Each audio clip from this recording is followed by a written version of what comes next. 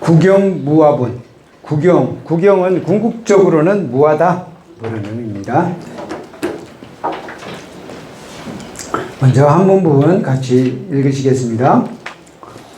이시수보리 백불원 세존선 남자 선여인 발라누다라 삼야 삼보리 신우나 음주운나 항복이시 불고수보리 삼남자 선여 발라누다라 삼약 삼보리자 당생요시 아음열도 일체중생들도 일체중생 이무유일중생 진열도장하이고 수보리약보살유화상인상 누자상즉비보살 소이자수보리실무유 발라누다라 삼약 삼보리자 수보리어이 아요레오연등불소유 법득아누다라 삼약 삼보리 불야세존여하해 불소설이 불어연등불소 무유법득 아누다라 삼약 삼보리 불엄여시여시수보 실무유법여대 등아누다라 삼약 삼보리 수보리 약유법여래 등아누다라 삼약 삼보리 연등북주격야수기여래세당득작 보석교문이 비실무유법득아누다라 삼약 삼보 시고연등불여가수기작시연여래세당득작볼호성강 니아이고 열애자증제법여이약유인여 아누다라 삼약 삼보리 수보리 실무유법 불등아누다라 삼약 보리 수보리 열애소득아누다라 삼약 삼보리 어시중무실무어시고 열애 일체법계시 불법 수보리 소원 일체법자 득비 일체 시고명 일체법 수보리 비여인 신장대 수보 현세존 열애 설린 신장대 즉위비대신 신명대 수보리 보살격여시 약작시연 나당별도 무량중생즉 불명보 나이고 수보리 실무유법명이보살시고 불설일체법무와 무인무중생 무순 수보리 약보살작시연 나당장음불토시 불명보 나이고 열애설장음불토자즉비장음 시명장 수보리 약보살 통달무화법자 열애설명진시보살. 자, 17분이 일종의 금강경의 전체를 요약한 것하고 비슷하다고 제가 말씀을 드렸습니다. 그게 왜 그러는지 한번 보도록 하겠습니다. 이시 수보리 백불원, 이때 수보리가 부처님께 사례어 말씀드렸습니다. 세존이시여 선남자 선여인이 발 아누다라 삼약 삼보리심, 아누다라 삼약 삼보리심을 바라였을진데 운하홍주 어떻게 머물고 운하항복기심 어떻게 그 마음을 항복받으리이까. 그래서 많이 본 구절 아닙니까? 어디에 나와 있죠? 2분에서 제가 가장 강조했던 거죠. 첫 번째 수보리의 질문, 수보리의 첫 번째 질문을 우리가 꼭 기억해야 된다고 그랬죠? 왜? 이것이 바로 금강경의 전체 질문에 해당하기 때문에. 그래서 우리가 아누따라 삼맥삼 보리심을 바라였을진데, 근데 원문에는 뭐라고 나왔다고 그러죠?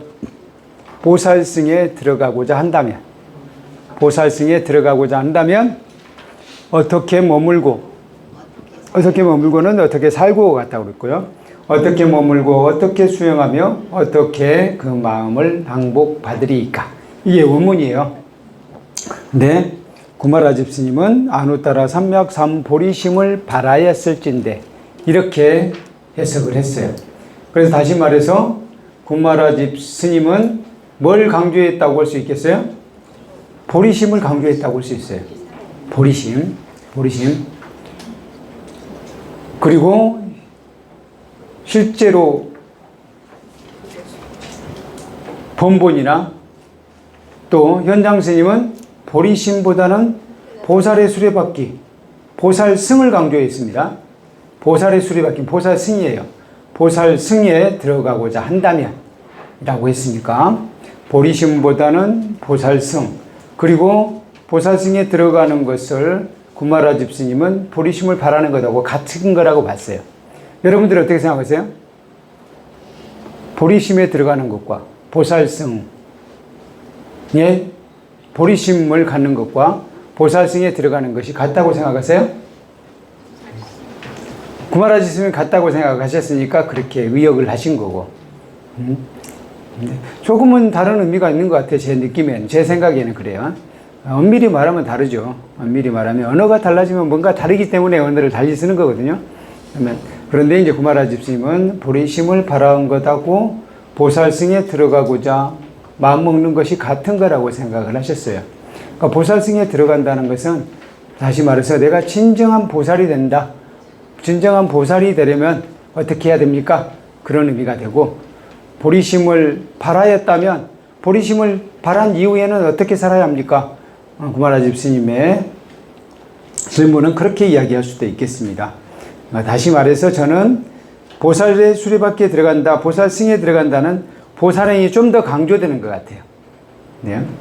여기서는 보리심, 그 마음이 강조되는 면도 있네요. 불고수보리 부처님께서 수보리에게 말씀하셨습니다. 선남자 선여인이 안욕따라 삼맥삼보리를 바라였을진데 당생 여시심, 마땅히 이와 같이 마음을 가져야 한다. 이와 같은 마음을 내어야 한다. 아응 멸도 일체 중생, 내가, 여기서 나는 누구예요? 아응 멸도 일체 중생한테 나는 누구예요? 선남자 선녀인에 해당하죠. 선남자 선녀인이 그렇게 생각을 해야 된다는 거예요. 내가 일체 중생을 멸독해 하리라. 멸독해 한다는 것은 열반의 길로 이끈다는 뜻이에요. 멸독해 하리라. 멸도 일체 중생이 일체 중생을 멸독해 한 후에는, 여기서는 이자는 중생 이잖아요. 뭐뭐 하고 나서라는 뜻이에요.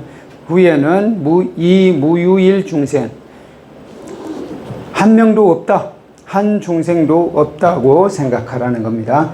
이 무유일 중생, 실멸돌자, 실제로 멸도한 이는 한 명도 없다고 생각하라.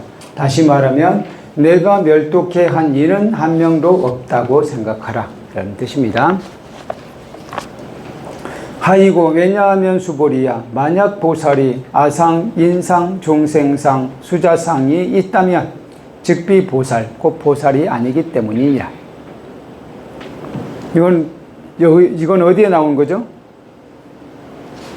금강경 3분에 나온 내용이잖아요. 3분에 나온 내용인데 뭐가 빠졌죠? 일체 중생의 종류를 부처님께서는 거기서 말씀하셨잖아요. 일체 중생 종류가 몇 가지로 나오죠? 9가지로 나오죠. 그래서 그걸 구류중생이라고 한다고 그랬죠. 구류중생은 태난 습화, 태로 생긴 이거나 알로 생긴 이거나 습으로 생긴 이거나 화화여 생긴 이거나 형상이 있는 이거나 형상이 없거나 생각이 있거나 생각이 없거나 생각이 있는 것도 아니고 없는 것도 아닌 그 모든 중생들을 내가 다 멸독해 하리라 라고 마음을 먹어야 된다 그랬죠? 그렇게 해서 구류 중생을, 근데 여기서는 구류 중생이라고 굳이 쓸 필요 없겠죠? 구류 중생 다 이야기할 필요 없잖아요. 모든 중생이라고 하면 되잖아요. 여기서는 일체 중생이라고 그냥 간단하게 말씀을 하셨지만 내용은 3분의 부처님 답변하고 똑같습니다. 소위 자하 수보리야. 왜냐하면 수보리야 실무유법 법이 없다. 아누다라 삼맥삼보리라 할 법이 없기 때문이니라. 수보리야 어떻게 생각하느냐. 여기서는 실무유법 할 때는 이게는 아누다라 삼맥삼보리라는 것을 증득했으면서도 부처님의 그 법이 따로 없대요. 여기서 법은 실체라고 해도 좋아요. 실체가 없다. 실체가 없다는 것을 우리는 뭐라고 하죠? 한자로 공이라고 하잖아. 공. 그래서 여기는 뭘 이야기하느냐? 법공을 이야기했다. 이야기할 수 있습니다. 그래서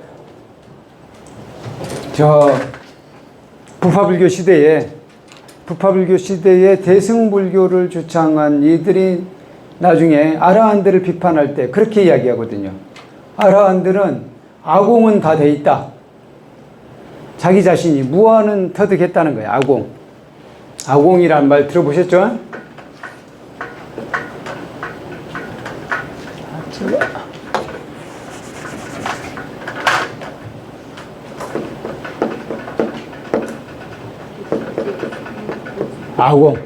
아공은 터득했지만 뭐가 안 됐다고요?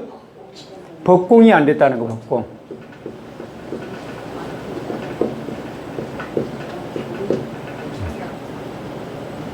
법공이 안 됐다는 거예요. 근데 이번에 바로 금강경에서 그래서 27분에서 은근히 강조한 것이 법공이에요. 법공을 터득해야 되는, 증득해야 되는 것이고, 또 한편으로는 법상을 내지 말아야 된다. 그 부분이 강조되고 있어요. 법상을 내지 말아야 된다. 아상, 인상, 중생상, 수자상에서는 법상이 안 나오잖아요. 법상이 나오지 않지만 실질적으로 법이라는 것, 법은 여기서 진리에 대한 상이라고 할 수 있어요. 진리에 대한 상, 진리를 절대화하는 것, 그것이 바로 법상이에요. 법상로 내지 말라고 하고 있습니다. 수보리어이우나, 수보리야 어떻게 생각하냐? 연등불소, 열애가 연등불 초소에 있을 때 유법득 아누다라 삼맥삼보리보, 아누다라 삼맥삼보리라는 법을 얻었느냐? 여기서는 실체로서의 아누다라 삼맥삼보리를 얻었느냐? 이렇게 생각이 되고요. 아누다라 삼맥삼보리라는 법을 얻었느냐? 불야세존 아니옵니다. 세존이시여. 여하해불 소설이 제가 부처님께서 설하신 뜻을 이해한 바로는 불로 연등불소, 부처님께서 연등불 초소에 계실 때 무유법득, 법이 없습니다. 얻은 법이 없습니다. 아누다라 삼맥삼보리라 할 법이 없습니다. 불원, 부처님께서 말씀하셨습니다. 부처님께서 말씀하신 부분은 어디까지냐면 따옴표가 불원 다음에 따옴표가 들어가서 저 뒤에 서가모니까지가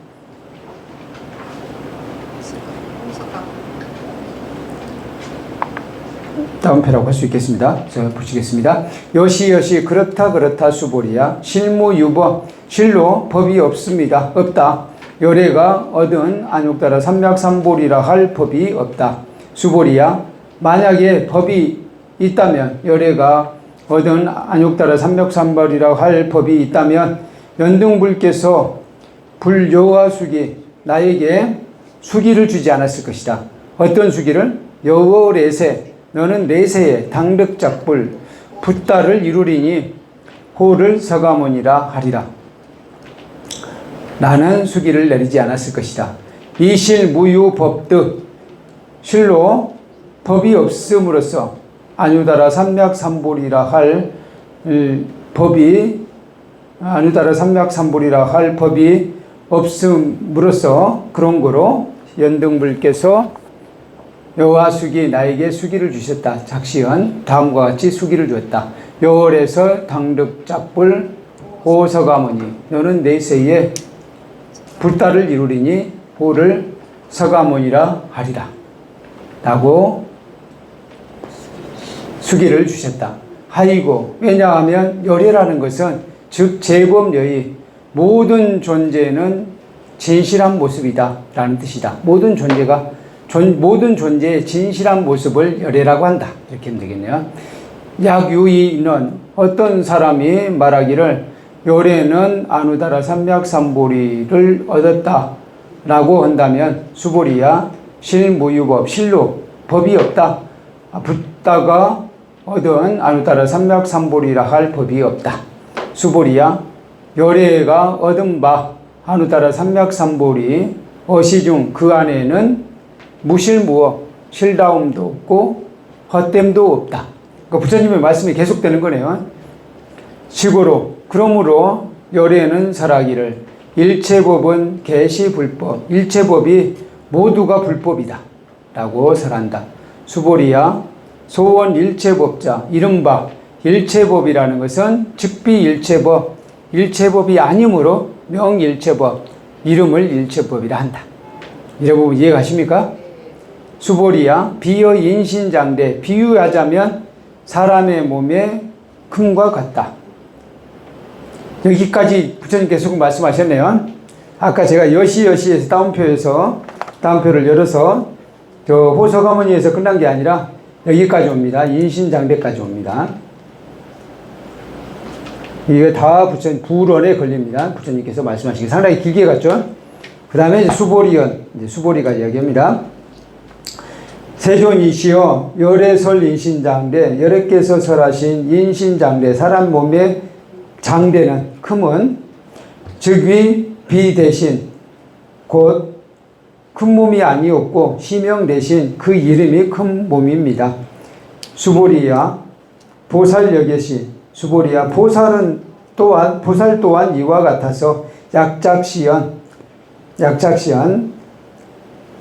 다음과 같이 말할 수 있다. 아당 멸도 무량중생 즉 불명운상 만약에 이렇게 말한다면 보살이 내가 마땅히 무량중생을 멸독해 하리라 라고 한다면 곧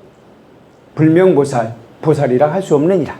그러니까 보살이 만약에 내가 무량한 중생을 멸독해 하겠습니다 라고 하면은 그는 보살이 아니래. 이해가 안 되지 않으세요? 보살이 그러면 무량한 중생을 멸독해 한다는 원력을 세워야지 원력을 세우지 말라는 뜻입니까? 이렇게 반문하고 싶지 않으세요? 응? 근데 종국에는 그런 생각조차도 없어야 된대요. 이게 좀 어려운 이야기죠. 그러니까 예를 들자면 운동선수가 올림픽 대회에 출전한다면 당연히 올림픽에서 금메달을 따리라 또는 뭐 다른 목표가 있을 수도 있죠. 그런 목표 의식을 세우고 하지 않겠어요? 당연히 그렇게 합니다. 그럼에도 불구하고 실전에서는 오히려 그런 생각이 없어져야 된다고 해요. 오히려 그런 생각이 없어져야 된다고 해요. 예를 들어서 뭐 양궁 선수들, 제가 양궁을 자주 이야기하는 이유는 양궁이라든가 사격이라든가 이런 게 진짜 집중을 요하는 것이고 마음을 비우는 것을 요하기 때문에 그걸 제가 비유를 자주 합니다. 활을 당겨서 놓을 때 그때 내가 10점을 맞춰야 되겠다 이런 생각을 하기 시작하잖아요. 그러면 마음이 흔들립니다. 응? 금메달을 따야 되겠다. 노란 금메달이 막 눈앞에 그려져. 그러면은 그러면은 마음이 흔들리는 거예요. 응? 그런 생각이 아무 생각도 없이 당기고 놓아야 된다는 거예요. 그와 마찬가지로 보살도 그래야 된대. 보살도 내가 뭐 보살행을 하느니 마느니 그런 생각도 없이 그냥 자연스럽게 이건 많은 이들을 위해서 해야 되는 일이니까 한다 라는 입장이어야 된다는 겁니다. 여기서는 그런 의미를 담고 있습니다.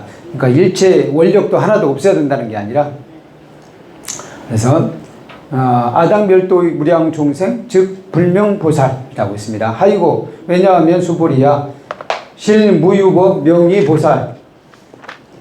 실무유법, 실제로 법이 없대요. 실체로서의 법이 없습니다. 보살이라 이름만 실제로서의 법이 없기 때문이니라. 시고 그러므로 불설일체법 부처님 붓다는 설한다. 여기서 붓다는 사가모니 부처님입니까? 아니죠. 여기 보통 명사로요. 붓다입니다. 붓다는 일체법에 대해서 설합니다.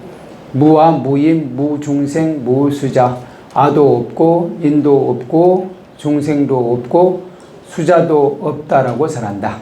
일체법은 여기서는 일체 존재가 되겠네요.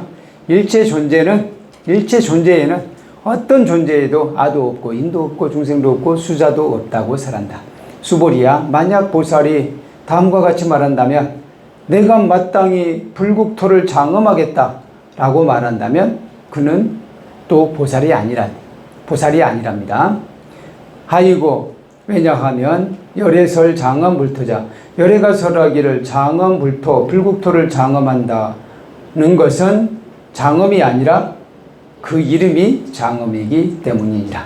수보리야, 만약 보살이 통달 무아법자, 무아법을 통달한 이라면, 이걸 이렇게도 해석하더라고요. 아도 없고 법도 없다는 것을 통달한 자라면 열애는 진실로 그를 진실한 보살이라, 진짜 보살이라고 부른다. 내용은 아시겠죠? 근데 어쨌든 법상, 법공이 약간 헷갈릴 수 있어요. 이 부분은 우리말 부분을 또 읽으면서 생각해 보도록 하겠습니다. 우리말 같이 한번 읽어보시겠습니다.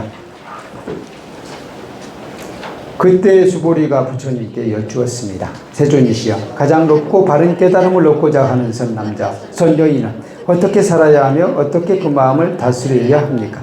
부처님께서 수보리에게 말씀하셨습니다. 가장 높고 바른 깨달음을 얻고자 하는 선남자, 선여인은 이러한 마음을 일으켜야 한다. 나는 일체 중생을 열반에 들게 하리라. 일체 중생을 열반에 들게 하였지만 실제로는 아무도 열반을 얻은 중생이 없다. 왜냐하면 수보리여, 보살에게 자아가 있다는 관념, 개아가 있다는 관념, 중생이 있다는 관념, 영혼이 있다는 관념이 있다면 보살이 아니기 때문이다. 그것은 수보리여, 가장 높고 바른 깨달음에 나아가는 자라 할 법이 실제로 없는 까닭이다. 수보리여, 그대 생각은 어떠한가? 열애가 연등 부처님 초소에서 얻은 가장 높고 바른 깨달음이라 할 법이 있었는가? 아닙니다. 세존이시여, 제가 부처님께서 말씀하신 뜻을 이해하기로는 부처님께서 연등 부처님 초소에서 얻으신 가장 높고 바른 깨달음이라 할 법이 없습니다. 부처님께서 말씀하셨습니다. 그렇다 수보리여, 열애가 가장 높고 바른 깨달음을 얻은 법이 실제로 없다. 수보리여, 열애가 가장 높고 바른 깨달음을 얻은 법이 있었다면 연등 부처님께서 내게 그대는 내세에 서가모니라는 이름의 부처가 될 것이다 라고 수기하지 않았을 것이다. 가장 높고 바른 깨달음을 얻은 법이 실제로 없었으므로 연등 부처님께서 내게 그대는 내세에는 반드시 서가모니라는 이름의 부처가 될 것이다 라고 수기하셨던 것이다. 왜냐하면 열애는 모든 존재의 진실한 모습을 의미하기 때문이다. 어떤 사람이 열애가 가장 높고 바른 깨달음을 얻었다고 말한다면 수보리여, 열애가 가장 높고 바른 깨달음을 얻은 법이 실제로 없다. 수보리여, 열애가 얻은 가장 높고 바른 깨달음에는 진실도 없고 거짓도 없다. 그러므로 열애는 일체법이 모두 불법이다 라고 설한다. 수보리여, 말한 것은 일체법이 아닌 까닭에 일체법이라 말한다. 수보리여, 예컨대 사람의 몸이 매우 큰 것과 같다. 수보리가 말하였습니다. 세존이시여, 열애께서 사람의 몸이 매우 크다는 것은 큰 몸이 아니라고 설하셨으므로 큰 몸이라 말씀하셨습니다. 수보리여, 보살도 역시 그러하다. 나는 반드시 한량없는 중생을 제도하리라 말한다면 보살이라 할 수 없다. 왜냐하면 수보리여, 보살이라 할 만한 법이 실제로 없기 때문이다. 그러므로 열애는 모든 법에 자아도 없고 개아도 없고 중생도 없고 영혼도 없다고 말한 것이다. 수보리여, 보살이 나는 반드시 불국토를 장엄하리라 말한다면 이는 보살이라 할 수 없다. 왜냐하면 열애는 불국토를 장엄한다는 것은 장엄한 것이 아니라고 설하였으므로 장엄한다고 말하기 때문이다. 수보리여, 보살이 무아의 법에 통달한다면 열애는 이런 일을 진정한 보살이라 부른다. 네. 내용이 약간 아리까리한 것이 있겠지만 그렇다고 해서 모를 내용이 있진 않아요. 이미 다 나왔던 내용이에요. 지금까지 한번 다 나왔던 내용입니다. 뭐 예를 들자면 연등부처님 초서에서 얻은 가장 높고 바른 깨달음이라 할 법이 있었는가? 이 부분 아까 제가 2분 3분은 이미 말씀드렸고 이 부분도 나왔었어요. 어디에서 나왔죠? 10분에 나와 있습니다. 10분. 10분이면은 그게 42페이지일 거예요. 42페이지를 한번 가보세요. 그와 비슷한 내용이 있습니다.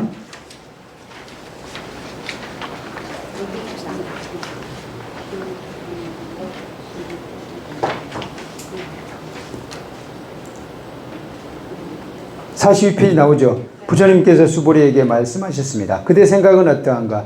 열애가 옛적에 연등부처님 조서에서 법을 얻은 것이 있느냐? 얻은 법이 있느냐? 얻은 법의 실체가 있느냐? 그런 뜻입니다. 그래서 똑같이 질문을 했어요. 그때 수보리가 뭐라고 대답했죠? 법이 없습니다. 라고 얘기했어요. 그래서 여기서 또 한 번 반복이 되고 있습니다. 이와 같이 7부는 실질적으로는 이미 나왔던 내용을 한 번 더 복습한 것이라고 생각해도 됩니다. 무아보를 통달한 이가 진정한 보살이다 라는 내용이 17분에 나옵니다. 그래서 다시 한번 볼까요? 우리가 꼭 알아야 되는 금강경의 근본 질문. 구마라지 번역으로는 세존이시여 선남자 선여인이 아누다라 삼맥삼보리심을 바라였다면 어떻게 머물고 어떻게 그 마음을 항복받아야 합니까? 이렇게 되는데 현장 스님은 한문으로 한번 볼까요? 세존 제유발 취 보살승자. 그러면 세존이시여 바라였다면 뭘 바라였죠? 보살승에 나아가고자 하는 것을 바라였다면, 누군가가, 제유는 누군가가 보살승에 나아가기를 바라였다면, 응운화주네요. 어떻게 머물고, 운나 수행이네요. 어떻게 수행하며, 운나 섭복기심, 그 마음을 어떻게 섭복, 항복이나 섭복이나 같은 뜻입니다. 어떻게 섭복하리까? 그렇게 나와 있죠? 세존이시여 보살승에 나아가고자 발언한 자는 어떻게 머물고 어떻게 수행하며 어떻게 그 마음을 섭복받아야 합니까? 이렇게 내용이 뭐가 달라졌죠? 보살승에 나아가고자 발언한다. 이것만 달라졌죠? 나머지는 뭐 크게 다르다고 볼 수 없어요. 그런데 우리 산스크리트를 보면은 세존이시여 보살승에 굳게 나아가는 선남자나 선여인은 어떻게 머물러야 하고 어떻게 수행해야 하며 어떻게 그 마음을 조복받아야 합니까? 조복은 뭐 섭복, 항복하고 같다고 할 수 있겠습니다. 그러면 현장 스님 것은 거의 똑같죠. 근데 어쨌든 보살승에 굳게 나아가는 늘 우리 구마라집 스님은 안욕따라 삼략삼보리심을 바라였다면 이렇게 고쳐서 했다는 것 뭐 기억해 두시면 좋을 것 같아요. 어쨌든 이것이 질문이라는 거예요. 이걸 근데 안욕따라 삼략삼보리심 이 부분은 약간은 오해를 불러일으킬 수 있다고 저는 생각을 해요. 그래서 제가 이 원문을 보여드리는 거예요. 보살승에 굳게 나아간 자, 이건 무슨 말이에요? 다시 말하면 보살이 되고자 하는 자, 진정한 보살이 되고자 하는 자라는 뜻이잖아요. 그러니까 내가 진정한 보살로서 살려면 어떻게 살아야 합니까? 이렇게 해석이 된다는 거예요. 그래서 줄이면 어떻게 된다고 그랬죠? 보살은 어떻게 살아야 합니까? 라였죠? 보살은 어떻게 살아야 합니까? 그렇게 우리 금강경의 질문은 그렇게 생각하시면 되고요. 그리고 금강경의 전체 내용은 무슨 내용이겠죠? 보살이 살아가는 방법이에요. 보살은 이렇게 살아야 한다. 여러분들은 다 보살이잖아요. 우리 불광에서는 거사님들도 사실은 보살이라고 불러요. 보살이라고도 불러요. 전체를 우리는 다 보살이라고 불러야 돼. 거사님이라는 말보다는 저는 다 보살이라고 써야 되지 않을까 싶어요. 그래서 앞으로 덕우보살님이라고 부르겠습니다. 명창보살님.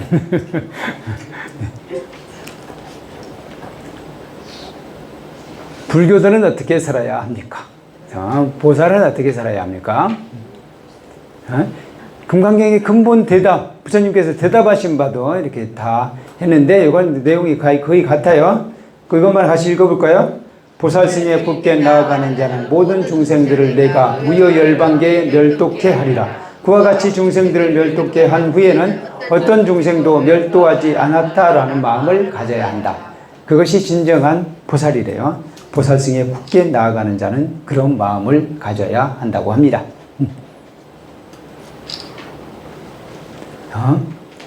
부처님의 6번째 질문, 부처님이 수보리에게 질문한 것이 굉장히 많아요.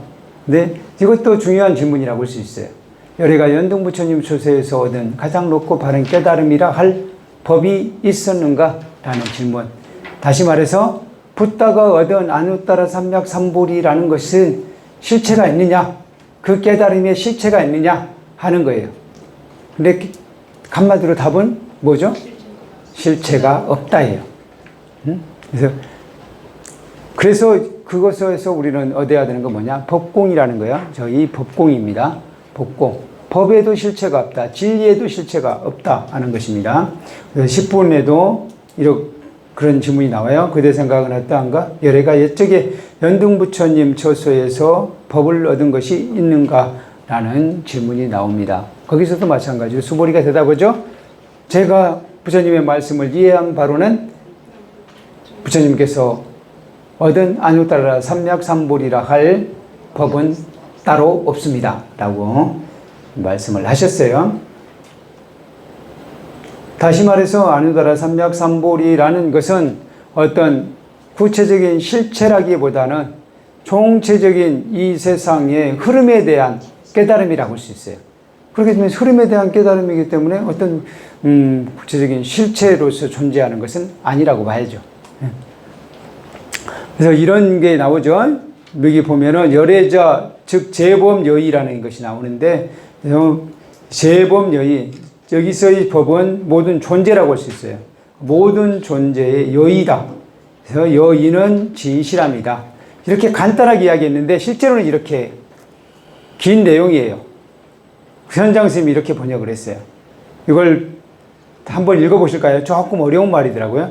수부띠어 열애란 곧 진실과 진여라는 뜻이다. 열애란 무생법성에 대한 명칭이다. 열애란 유의법의 단절에 대한 명칭이다. 열애는 필경 다시 태어나지 않음에 대한 명칭이다. 그러니까 열애는 부처님의 다른 명호죠. 명호 중에 하나인데 그건 바로 진실과 여여다. 진실과 진여다 라는 뜻입니다. 진리 그 자체다 라고 할 수도 있고요. 열애는 무생법성, 무생은 다시 태어나지 않음이에요. 다시 태어나지 않는 법성에 대한 법의 성품. 다시 태어나지 않는다는 건 뭐죠? 윤회의 수레바퀴에 다시 빠지지 않는다는 거야. 그것에 대한 명칭이고요. 열애는 유의법의 단절, 유의법을 단절하면 뭐가 되죠?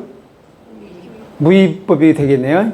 유의법을 끄는 것에 대한 명칭이다. 유의법, 다시 말해서 유의법을 끊으면, 유의법은 뭐가 있죠? 대표적으로 열반이라고 했잖아요. 유의법의 단절에 대한 명칭이고, 열애한 필경, 다시 태어나지 않음, 윤회를 반복하지 않는다는 거예요.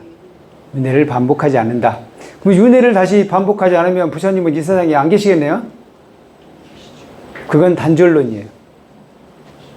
그리고 부처님께서 영원히 산다. 그러면 그건 상속론이 되는 거예요. 그래서 불교는 상속론입니까? 단절론입니까? 이 질문에 대한 대답이 이상하게 나오더라고, 아까는. 모비에는. 상속론입니까? 단절론입니까? 맞습니다. 둘 다 아니에요. 그러니까 영원히 사는 것도 아니고, 또는 깨달았으니까 이걸로 끝나는 것도 아닌 거예요. 상속도 아니고 단절도 아닙니다. 여기에 나와요, 그게. 현장 스님이 또 아주 친절하게 번역을 했어요. 이 부분에 대한 번역을 좀 더 친절하게 번역을 하신 거예요. 선연아, 열애란 진실과 진여에 대한 명칭이다. 같죠? 열애란 무생법성에 대한 명칭이다. 같습니다. 열애란 상속되거나 단절되는 길에 대한 명칭이다. 이 부분이 좀 다르죠. 유의법의 단절에 대한 명칭인데 여기서는 상속되거나 단절되는 길에 대한 명칭이다 라고 했어요. 그래서 사실은 상속도 아니고 단절도 아니다는 뜻이에요. 열애란 곧 반드시 태어나지 않음에 대한 명칭이다. 현장 스님은 좀 원문에 충실하게 번역을 했어요. 근데 이것 자체가 열애에 대한 이 명칭 자체가 보살로 살아가는데 구마라집 스님이 보기에는 좀 어렵기만 하지 잘 도움이 안 된다고 생각하셨나 봐. 그래가지고 구마라집 스님은 간단하게 딱 끝냈어요. 즉 재범 여인이라 이렇게 간단하게 해주셨어요. 좀 감사하죠?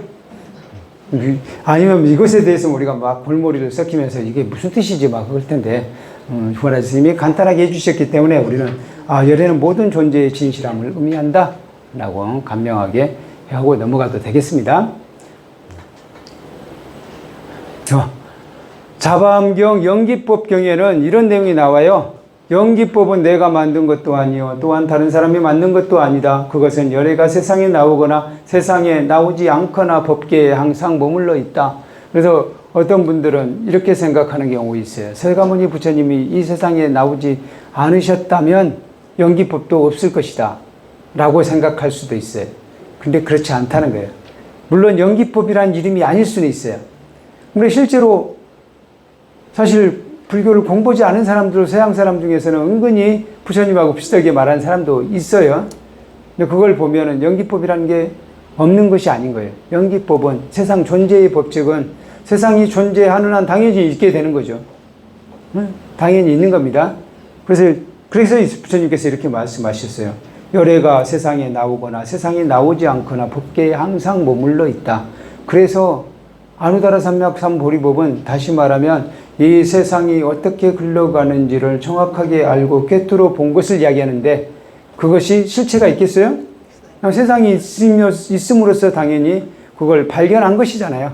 그렇기 때문에 그러한 아누다라 삼맥삼보리 위 없이 바르고 평등한 깨달음이라고 하는 어떤 실체가 있는 것은 아니다라고 부처님께서 말씀하시는 거예요. 다시 말해서 거기서 우리 부처님께서는 그렇게 말씀하신 거예요. 진리라는 것도 일종의 흐름에 대한 안목일 뿐이니 그것에 집착하지 말아라 라고 하는 거예요. 법상을 내지 말지니라. 그런데 다른 종교에서는 그런 얘기 잘 안 해요. 법상을 내라 그래요.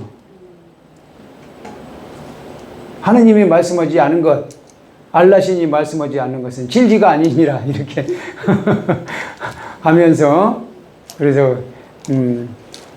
그 진리를 지키기 위해서는 죽음도 불사하라 그런 가르침을 펼치고 있는 거예요. 그러다 보니까 근본주의라는 게 생겨요. 근본주의, 불교 근본주의라는 말은 아직까지는 없대요. 꼭 없으란 법은 없지만 불교 근본주의라는 말은 없어요. 근데 이슬람 근본주의 있죠. 힌두 근본주의도 있습니다. 힌두에도 은근히 그러한 약간은 무섭다고 해야 될까요? 은근히 좀 폭력적이고 좀 독선적이라고 할까요? 은근히 그런 부분도 있어요.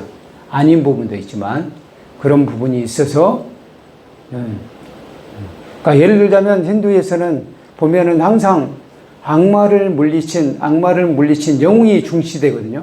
악마를 물리치는 영웅이 중시됐다는 것은 그 악마를 물리치는 것이 대단한 영웅이다라는 의식이 있잖아요. 그래서 우리의 뜻에 반한 것은 과감히 처단해도 된다.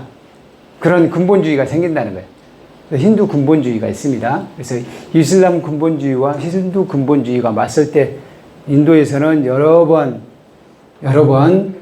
아주 처절한 싸움이 일어났었어요.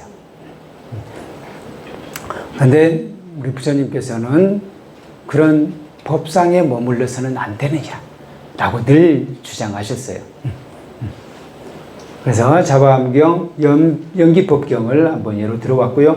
이 내용은 우리 밴드에 다 올려놨습니다. 밴드에 제가 두 가지 버전으로 올려놨어요. 하나는 PDF. 왜냐하면 휴대폰으로 보려고 하는 사람들은 휴대폰에 PPT 그 프로그램을 안 깐 경우가 많잖아요. 그래서 그런 경우에 PDF는 대부분이 스마트폰으로는 다 볼 수 있으니까 제가 두 가지 버전으로 올려놨습니다. 그러니까 한번 살펴보시기 바랍니다. 근데 조금은 내용이 어려울 수 있어요. 잘 모르시는 분들은 우리 교재에 나온 내용만 아셔도 괜찮아요. 그래서 법상을 갖지 말자. 법상을 갖지 말자. 그런 내용을 한번 17분에 나온 내용 가지고 한 번씩 다시 한번 되새겨 보도록 합니다. 열애가 얻은 아누다라 삼약삼볼이라 할 만한 특별한 법은 없다. 이런 구절은 저 아까 10분에도 나왔고 또 나왔죠. 자주 나오는 구절입니다. 열애가 얻은 아누다라 삼약삼볼이는 실다움도 없고 헛됨도 없다. 그래서 엄밀히 말하면 이렇게 이야기해야 되는 거예요. 실다움도 헛됨도 없다라고 이야기해야 돼요.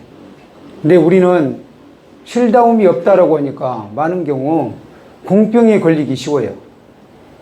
공병에 걸리기 쉬워요. 우리 불자들이 걸리는 병 중에 하나가 공병이에요. 허무병이에요, 일종. 뭐 그렇게 해봤자 뭐에 다 텅 빈 것인데, 어차피 공인데, 어차피 문데, 이런 말을 하는 경우가 많거든요. 근데 그것은 사실은 실다움도 없고 헛됨도 없는 것이라고 봐야 돼요. 그리고 공이라는 것은 공이기 때문에 집착하지 말라는 뜻이지 그냥 내버려 두고 그냥 아무것도 하지 말라는 뜻이 아닙니다. 집착하지 말라는 뜻이에요. 보살행을 열심히 하되 집착하지 말라는 뜻이에요. 근데 열심히 안 해버리는 경우도 생기더라는 거예요. 열심히 안 해버리는 것은 그건 공병입니다. 사실은 부처님은 항상 성실하게 정진하라고 했어요. 그래서 우리 기본교육 시간에 제가 빨리 못 오더라도 그 두 구절만은 외우자고 했잖아요. 기억나세요? 아빠마대나 쌈빠됐다. 방일하지 말고 성취하라 뜻이에요. 해야 할 바를 성취하라. 방일하지 말고 성취하라. 한번 따라해 보시겠어요? 아빠마대나 쌈빠됐다. 아빠마대나 쌈빠됐다. 이게 바로 부처님께서 마지막으로 하신 우리에게 당부하신 유훈이에요. 그래서 다른 것은 기억 못하더라도 이것만은 기억하자. 성실하게 노력하라예요. 간단하게 말하면. 근데 우리가 공병에 걸려서는 안 되는 거죠. 가끔 헷갈리게 만드는 것이 이제 뭐 우리 반야심경이나 금강경에는 있어요. 그건 뭐냐면 그 당시에 많은 불자들이 은근히 집착을 많이 했다는 거예요. 그 당시에. 왜? 하다 살다 보면 사람들이 부처님의 진실한 뜻을 잊어버려요. 잊어버리고 다른 주석서라든가 그런 쪽에서 나온 것에 집착해가지고 헷갈리기 쉽다는 거예요. 그래서 그 당시 설일체유부라고, 설일체유부, 부파불교 시대에 나온 아주 중요한 부파가 설일체유부예요. 일체가 있다는 것을 주장하는 부예요. 근본적으로 있다고 하는데 나중에 설일체부에서 나온 부파가 근본 설일체유부. 설일체유부.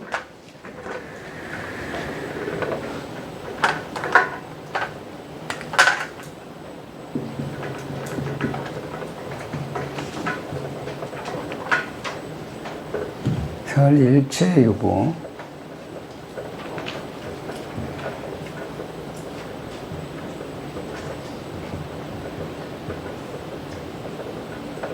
여기에다가 근본이 붙기도 합니다. 근본설 일체유부. 이 경우에는 근본적으로 있는 게 있다는 거예요. 예를 들어서 부처님께서 말씀하신 진리는 근본적으로 있는 것이다. 변하지 않는 진리는 있는 것이다. 라고 이야기한 거고, 또 한편으로는 색수상행식 오원 이런 것은 있는 것이다. 라고 하는 거예요. 또는 오늘날의 개념으로 이야기한다면 우리들의 모든 물질을 쪼개면 뭐까지 가죠? 우리 어렸을 때는 원자로 간다고 그랬어.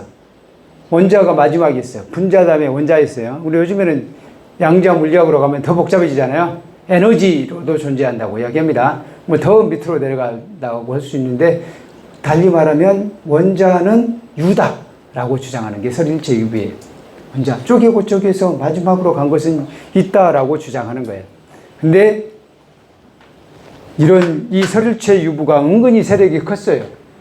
설일체 유부에서 만든 경전이 우리에게 전해지고 있습니다. 실제로 설일체 근본설 일체 유부의 율장도 그대로 전해지고 있고, 설일체 유부에서 나온 경전들이 암경 종류라고 볼 수 있어요. 그래서 설일체 유부가 우리에게 끼친 영향이 상당히 커요. 근데 그걸로 가게 될 경우 바로 우리는 법공이 성취되지 않는다는 거예요. 그런 입장에서 반야경이 나왔다고 볼 수 있습니다. 우리는 법공을 증득해야 된다라고 생각을 한 거예요. 그래서 법상을 내지 말지니라 법공을 증득해야 된다라는 것이 많이 등장하게 되는 겁니다. 불법은 세상 이치를 벗어난 특별한 진리가 아니다 하는 것이고요. 열애는 모든 존재의 진실한 모습을 의미한다. 아까 구마라 집스님 번역한 거 간단하죠? 열애자는 즉 제법 여인이라 했습니다. 이름은 이름일 뿐 실체가 아니다. 비유컨대 사람 몸이 장대함은 그 이름이 장대함일 뿐이다. 이것들이 전부 법상, 법공을 이야기하는 거예요. 법상을 내지 말 것 또는 법공을 이야기하고 있습니다. 법상을 갖지 말자. 그래서 이 법상을 갖지 않은 게 굉장히 중요하다는 거예요. 법상을 갖게 되면은 종교라는 이름으로 만행을 저지를 가능성도 있어요. 그래서 실제로 종교라는 이름으로 엄청난 사람을 죽이고도 그 사람들은 죄의식을 안 가져. 왜? 우리는 신의 명령대로 했다. 진리를 실천했을 뿐이다 라고 생각을 하기 때문입니다. 근데 그런 것은 전부 부처님은 뭐라고 하냐? 법상이다 라고 이야기해요. 그래서 법상을 갖지 말아야 된다. 법상은 위험한 것이다 라고 말씀을 하시는 겁니다. 법상을 갖지 말자. 이건 이미 했던 거지. 다시 한번 읽어볼까요? 수보리여 보살도 역시 그러하다. 나는 반드시 한량없는 중생을 제도하리라 말한다면 보살이라 할 수 없다. 왜냐하면 수보리여 보살이라 할 만한 법이 실제로 없기 때문이다. 좀 말이 어렵잖아요. 이걸 그래서 제가 아까 비유를 들었잖아요. 운동선수로 비유를 들었습니다. 양궁선수가 내가 금메달 따야지 하고 하게 되면 그때 이 마음이 흔들린다는 거예요. 그때는 아무 생각 없이 그야말로 무념무상에서 해야 돼. 마찬가지잖아요. 우리 삼선도 처음에는 우리가 앉아있을 때는 나도 부타처럼 진짜 깨달음을 증득해야지 하고 앉습니다.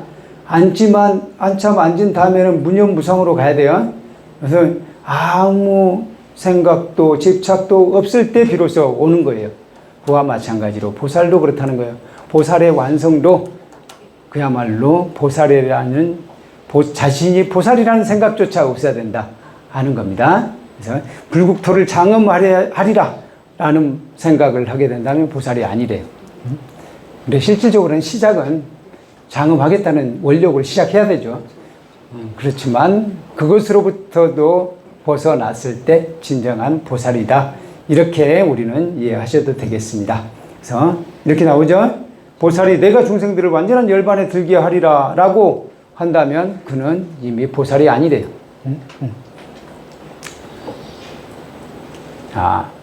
수보리야 만약 보살이 무아법을 통달하면 열애는 그를 진정한 보살이라고 한다 그랬죠. 무아법 이걸 이렇게도 해석을 하더라고요. 아도 없고 법도 없다는 것을 알면, 그러니까 아공법공을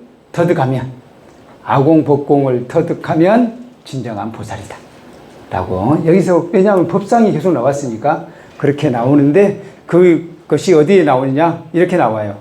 여기에 보면은 현장 스님이 이렇게 번역했어요. 무아법 심신해자 이렇게 했는데 제가 이렇게 해석을 했잖아요. 무아법을 무아법으로 깊이 믿고 이해하면 이렇게 했는데 지금 원문을 보니까 이렇게 해석하는 것보다는 이렇게 가는 게 맞을 것 같아요. 법은 실체가 없다. 이 아자를 아트만으로 봐서 법은 그러니까 실체가 없는 법을 깊이 이해하면, 믿고 이해하면. 근데 본문을 보니까 실제로 그렇게 나와 있어요. 같이 읽어보실까요? 수보띠여 법들은 실체가 없다. 법들은 실체가 없다라고 확신하는 보살을 열애 아라한 정등각은 진정으로 보살 마살이라 부른다. 다시 말해서 무아법이면 무아에 대한 진리라고 느끼잖아요. 근데 법이 실체가 없다는 것을 이야기하는 것 같아요. 법이 실체가 없다. 그러니까 법공을 이야기했다는 겁니다. 그래서 법상을 갖지 말아라 라고 하고 있습니다. 그래서 법상을 갖지 않는다면 그가 바로 진정한 보살이다 라는 것이에요. 그래서 지난번에 제가 상 세 가지 이야기했죠. 상, 첫 번째로는 외모, 겉모습으로서 상을 버려야 된다고 했고, 두 번째 이미지, 리미타를 버려야 된다고 했고, 세 번째로는 쌈지냐, 관념을 버려야 된다고 그랬죠. 그리고 네 번째는 이름이잖아. 이름 언어라고 했어요. 이름 언어는 실질적으로 법상을 내지 않기 위한 거다 라고 말씀을 드렸습니다. 그래서 무화법, 여기서 무화법은 실제로는 법상을 갖지 않는 것이더라. 원문을 보니까 이렇게 보여요. 여기 그냥 한문으로 보면은 그냥 무화의 법이다 이렇게도 해석이 되잖아요. 그렇게 보이죠? 그리고 현장스님 번역도 무화법을 무화법으로 믿고 이해한다면 이렇게도 해석이 되잖아요. 근데 원문을 볼 때는 바로 법은 실체가 없다, 법은 실체가 없다라고 확신하는 보살 이렇게 해석이 되더라 하는 것입니다. 그래서 법상을 갖지 않는 방법은 바로 직비논법이다 그랬죠. 일체법이 모두 불법이다. 일체법이 아니지만 일체법이라고 부른다. 큰 몸은 큰 몸이 아니지만 큰 몸이라 부른다. 보살이라 할 만한 법은 실제로 없다. 이걸 달리 말하면 보살은 보살이라 불리지만 보살이 아니다. 이제 이해 가시죠? 우리 금강경에서 제일 어려운 것이 사실 직비논법이에요. 직비논법을 우리가 잘 이해를 해야 됩니다. 불국토를 장엄한다는 것은 불국토를 장엄하는 것이 아니지만 불국토를 장엄한다고 말한다. 다시 말해서 우리가 보는 것은 현상일 뿐이다 라고 보시면 돼요. 그래서 이제 수기는 그냥 넘어가겠습니다. 수기는 바로 부처님이나 누군가가 너는 훗날에 뭐가 될 것이다 라고 수기를 내리는 거예요. 제가 여러분들께 수기를 내리겠습니다. 당신들은 다 붓다가 될 것입니다. 수기를 내려드리는 거예요. 저그대는 장차 붓다가 되리라. 이게 바로 수기예요. 수기, 수메다, 선해보살, 서가모니 부처님의 전생입니다. 그때 이 연등 부처님께 꽃을 바치시고 나서 연등 부처님께서 진창을 디디려고 할 때 그때 머리를 풀어헤쳐가지고 진창을 디디지 않게 해드렸잖아요. 네. 그리고는 수기를 받으셨어요. 수기를 받는 장면 또 나옵니다. 이것도 그 그림이고요. 이것도 그 그림입니다. 여기는 또 머리카락이 확실하게 보이죠? 머리카락이 확실하게 쫙 펼쳐지는 게 보이죠? 여기서 이제 마지막 결론입니다. 보살은 모든 중생을 행복하게 하리라는 원력을 세우고 정진해야 돼요. 이런 원력도 없이 그냥 보살행을 하라는 건 아니에요. 원력을 세우는 거 중요합니다. 그러나 철저히 무아의 입장이어야 된대. 다시 말해서 아까 이야기했지. 양궁 선수가 내가 금관역을 맞춰야 되는데 이런 생각을 하면 마음이 흔들린다고 그랬잖아요. 보살도 마찬가지로 내가 보살행을 하니 마니 그런 생각 없이 한다는 거예요. 그렇게 해야 된다는 거예요. 그게 바로 무아의 입장이에요. 철저히 무아의 입장으로 보살행을 해야만 다시 말해서 내가 한량없는 중생을 제도하리라 라는 그런 생각조차 없이 실제 시작은 다 원력 세우기겠죠. 그래서 실제로 보살행을 시작하다 보면은 그런 원력도 내려놓고 집착도 내려놓고 보살행에만 열중해야 된다. 그거는 우리가 수행할 때 마찬가지로 수행할 때 내가 해야지 집중해야지 막 하잖아요. 그러면 어깨에 힘이 들어가요. 어깨에 힘이 들어가서 수행하다 보면은 어딘가에 몸이 결리고 막 그런 현상이 생기거든요. 어떤 분들은 눈에 실핏줄이 터지기도 해요. 그게 뭐냐면은 힘이 들어가기 때문이에요. 그 힘을 빼줘야 돼. 그 힘은 집착이에요. 집착을 빼는 것이 이거라고 생각하면 돼. 내가 반드시 불국토를 구현하리라. 시작은 그렇게 했겠죠. 그러나 그것조차도 내려놓아야 된다. 그래서 이 붉은 색깔, 이것만 기억하면 될 것 같아요. 오늘 17분은 바로 이것으로 귀결됩니다. 이건 확실하게 우리 뇌리에다가 집어넣고 귀가하시겠습니다. 같이 읽으시겠습니다. 보살은 집착 없이 보살행의 원력을 세우고 철저히 무아의 입장에서 중생을 제도한다는 상의 없이 중생을 제도하고 법에 머무르지 않고 불국토를 구현한다는 상의 없이 불국토 구현에 힘써야 한다. 이것이 17분의 결론이라고 보시면 돼요. 무슨 뜻인지 아시겠어요? 이게 은근히 가만히 보면 이 보살행 여기에만 적용되는 것 같지만 실생활에도 다 적용된다는 거예요. 아까 제가 그 이야기 했잖아요. 양궁 선수를 이야기했지만 권투 선수도 마찬가지예요. 권투 선수 보면 15라운드까지 치열하게 싸우잖아요. 그걸 권투 선수를 옛날에 이제 어렸을 때는 재밌게 봤는데 지금 생각해 보니까 상당히 눈물겨운 것 같아요. 저도 복싱장에서 한번 해봤어요. 해봤더니 진짜 1라운드도 뛰기 힘들더라고요. 1라운드도 계속해서 상대를 쳐다보면서 싸워야 되잖아요. 계속 반응을 해야 되잖아요. 그러니까 한시도 쉬지 않고 3분을 하는 거예요. 그걸 15라운드를 간다고 생각하면요. 이건 진짜 힘든 일이에요. 그걸 할 때 마지막에 이제 15라운드까지 왔어요. 그래서 그동안 내가 점수를 많이 땄어. 그러면 이제 뭐가 보이겠어요? 챔피언 벨트가 보이잖아요. 챔피언 벨트가 보여요. 그런 순간 카운터 펀치 맞는다는 거예요. 그럴 때는 진짜 무념무상해야 돼. 무념무상으로. 끝까지 한치의 빈틈없이 계속 맞서야 된다는 거예요. 그럴 때 내가 뭔가 욕심을 갖거나 챔피언 볼트가 보이거나 집에 있는 아내가 보이거나 내 아들이 보이거나 이런 순간 한 대 들어온다는 겁니다. 그것과 마찬가지라고 생각하시면 돼요. 네? 그래서 일상생활에도 적용이 되더라는 거예요. 일상생활에도 내가 뭘 한다는 그런 집착이 있잖아요. 그러면 실질적으로 안 된다는 거예요. 네? 그래서 모든 일에 준비한 때는 철저히 준비하고 원력을 세워야 되지만 막상 실전에 가서는 마음을 내려놓아야 되더라.